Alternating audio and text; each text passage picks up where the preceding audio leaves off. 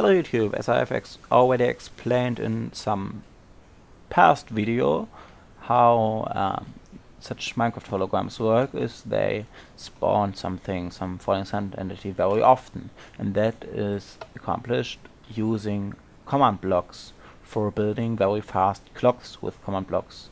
They are actually as fast as redstone cannot get on its own. These clocks fire once per game tick. So the redstone dust itself will be on and off, first on then off, or the other way around, once per game tick, which is 20 times per second, which is like 4 times as fast as such a repeater clock, you know, probably, if you have used a little redstone sometime. So how to build some command block clock. The most known way is to use set block for this and set a block of redstone next to the command block using the block set mode destroy and here so this way, and so yeah, this will like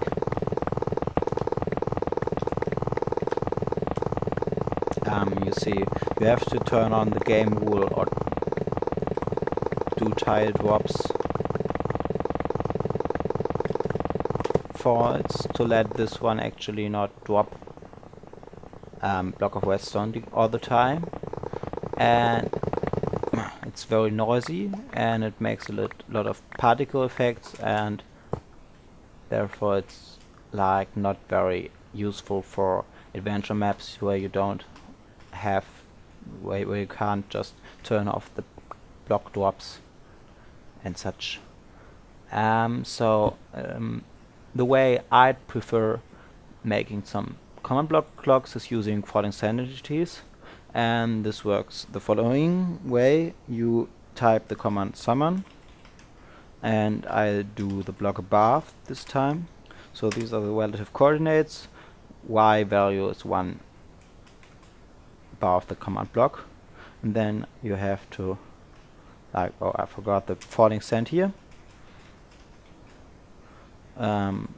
Like capitals F and S are important, and then you have to give it the tile ID. Again, capitals are important.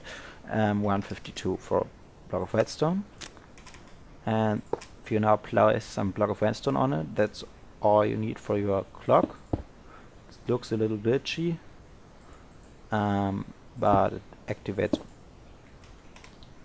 very fastly. And if you like check, like if you say something and then wait like about half a second, you will get about 10 dots of the command block, so it's really fast. The way you use this now is like the only application that makes really sense is using this with command blocks. You can hook up some command blocks directly to this clock, or the other way is some other approach is that you could use some kind of wireless command block clock, which I will show you now. You just go from this block of redstone, you press F3 and like you choose, you place some command block on either side or in one direction. You choose the one with the lower coordinate. These ones differ in X, so I use this one. Get this one as the one with the lower coordinates, and this one has to set block some air and somewhere else, like I do relative 10 blocks away to air, and this one gets set block, therefore should be 8 blocks to block of redstone. So you can see some block of redstone at your coordinate you entered. Then could as well use absolute, not relative coordinates by just like getting the coordinates of the destination and entering them without the tildes. And this here looks like a block of redstone, but it gets replaced every tick. So this one is as well than some clock, as you can see. And if you can't destroy it like that. So the application for these wireless command block clock applications, like transferring some clock signal somewhere else, would be useful if you have some central lever that will, like against the leg, turn off the clock for all of your creations or all of the subcomponents of one bigger contraption or something. And like you could to turn this clock on or off. This is really simple. I will move the wireless part now again, because of how falling sand entities work. The falling sand entities get summoned like where the black area is sometimes, and they have some data. Some data take time, which is default 0 by not mentioning it in the command block. It defaults to 0, and if it falling sand entity gets spawned with the time 0, then it will instantly disappear. Or if there is some block where the falling sand is with the same ID as the falling sand entity has as block ID in it, then it will destroy that block and like be not disappear, and then therefore landing on the command block and getting to this, transforming into this block again. This was done by Mojang some time ago to prevent some sand generators, and it has the really cool side effect that this clock can be easily activated and disabled just by placing the block here and removing it. And you can do this any way you want. You could even use a piston, for example. Here's a demonstration. Use a piston, cancel, and just power it off or and on again. Or you can, which would be like easier if you use command blocks anyways, could just use 2 command blocks, figure out the relative coordinates for this, for example, rising z this direction, so set block z plus 2, y plus 1 to air. This one goes minus 1x as well, set block minus 1, 1, 2, 152, and then you can like get this one activate like that. Get this one connect like that to some signals, to some lever, and oops, drop the lever, and so you can on and off change the state of your command block clock. So how to let this command block clock now do some Minecraft holograms? Well, this is some falling sand entities as well, and uses the time equals 0 effect, but just there is the fact that there is not the block present that the entity is looking for, such that it will disappear instantly. So you can like summon somewhere relative some falling sand, oh I forgot it again, falling sand there with tile ID. Or if you don't know the tile ID, you can, there's some I think, yes, if you press the keys F, if you hold the key F3 and press the key H, then it will activate these extra data if you hover over blocks, so you can like get the block ID simply and easily. 57 for diamond, for example, and